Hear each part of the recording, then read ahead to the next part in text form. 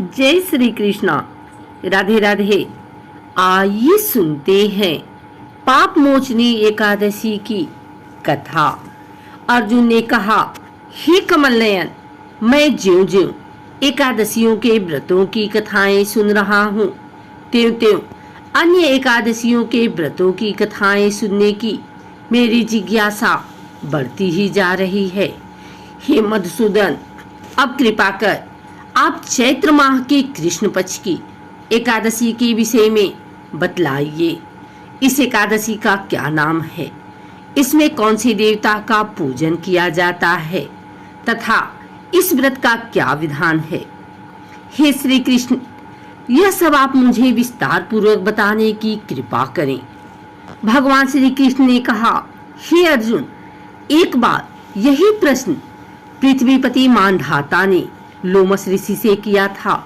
जो कुछ लोमस ऋषि ने राजा मानधाता को बताया था वही मैं तुमसे कह रहा हूँ। राजा मानधाता ने धर्म के गुहात्म रहस्यों के ज्ञाता महर्षि लोमस से पूछा, हे ऋषि श्रेष्ठ, मनुष्य के पापों का मोचन किस प्रकार संभव है? कृपा कर कोई ऐसा सरल उपाय बताएं जिससे सहज ही पापों से छुटकारा मिल जाए। महर्षि लोमस ने कहा, हे नृपति, चैत्र मास के कृष्ण पक्ष की एकादशी का नाम पाप मोचनी एकादशी है। उसके व्रत के प्रभाव से मनुष्यों के अनेक पाप नष्ट हो जाते हैं। मैं तुम्हें इस व्रत की कथा सुनाता हूँ, ध्यान पूर्वक श्रवण करो। प्राचीन समय में चैत्र रथ नामक एक वन था। उसमें अप्सराएं किन्नरों के साथ विहार किया करती थी। वहां सदैव वसंत का मौसम रहता था, अर्थात उस जगह सदा नाना प्रकार के पुष्प खिले रहते थे। कभी गंधर्व कन्याएं विहार किया करती थी, कभी देवेंद्र अन्य देवताओं के साथ क्रीड़ा किया करते थे। उसी वन में मेधावी नाम का एक ऋषि भी तपस्या में लीन रहते थे। वे शिव भक्त थे। एक दिन मंजुघोषा नामक एक अप्सरा ने उनको मोहित कर उनकी निकटता का लाभ उठाने की चेष्टा की। इसलिए वह कुछ दूरी पर बैठे बीड़ा बजाकर मधुर स्वर में गाने लगी। उस समय शिव भक्त महर्षि मेधावी को कामदेव भी जीतने का प्रयास करने लगे। कामदेव ने उस सुंदर अप्सरा के भ्रू का धनुष बनाया, कटाक्ष को उसकी प्रत्यंचा बनाई और उसके नेत्रों को मंजुघोषा अप्सरा का सेनापति बनाया। इस तरह कामदेव अपने शत्रु भक्त को जीतने को तैयार हुआ। उस समय महर्षि मेधावी भी युवावस्था में थे और काफी हृष्ट पुष्ट थे।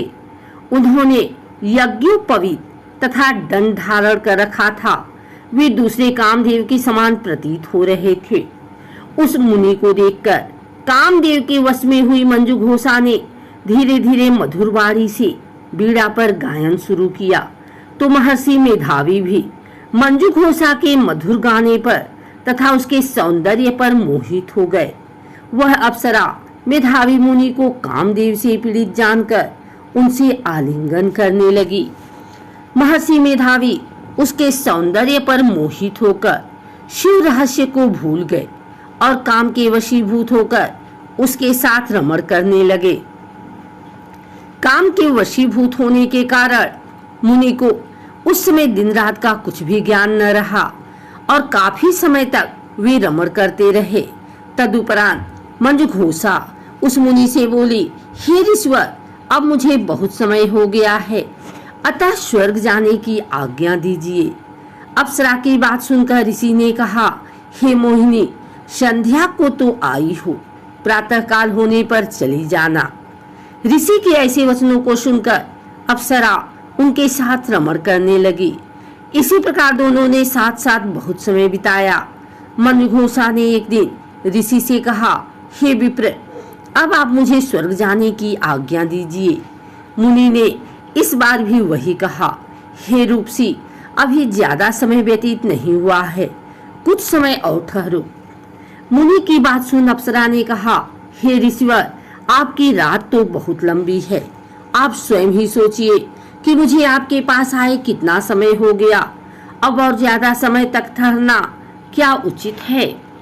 अप्सरा की बात सुन मुनि को समय का बोध हुआ और वह गंभीरता पूर्वक विचार करने लगे।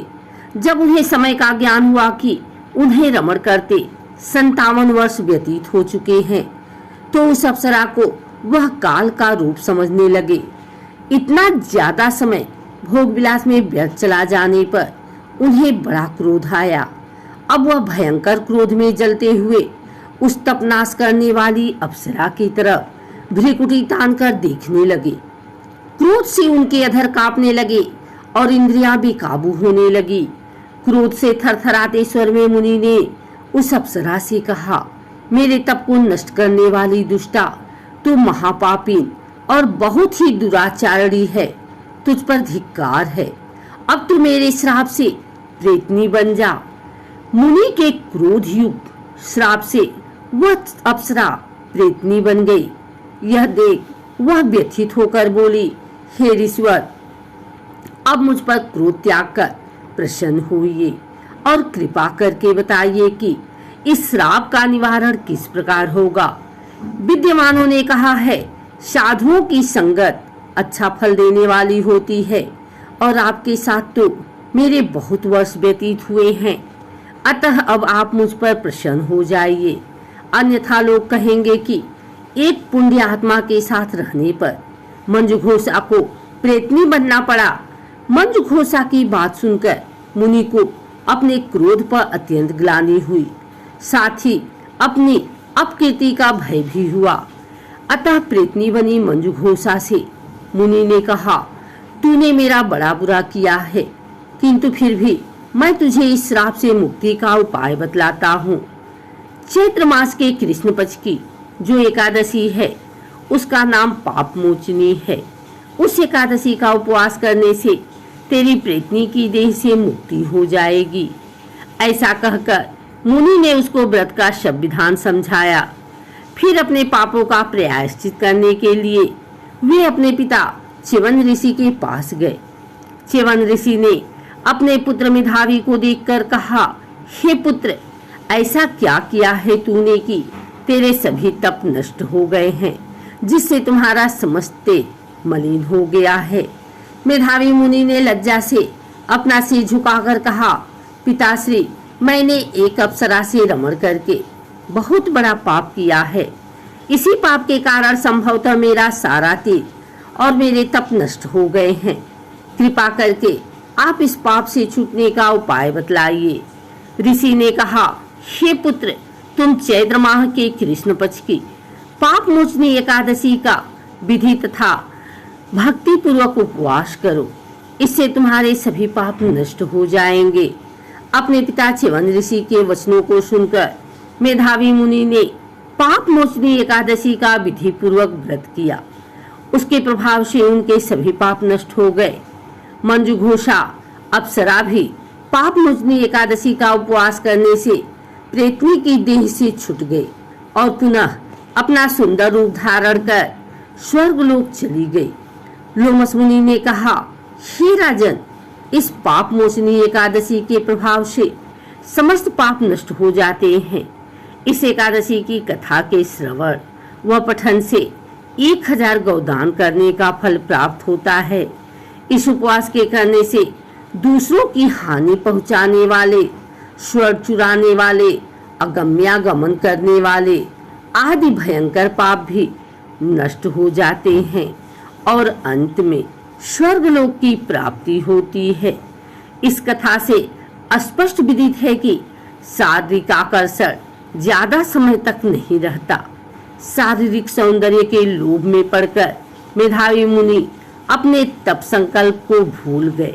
यह भयंकर पाप माना जाता है, परंतु भगवान श्री हरि की पाप मोचनी शक्ति इस भयंकर पाप कर्म से भी सहज ही मुक्ति दिलाने में सक्षम है।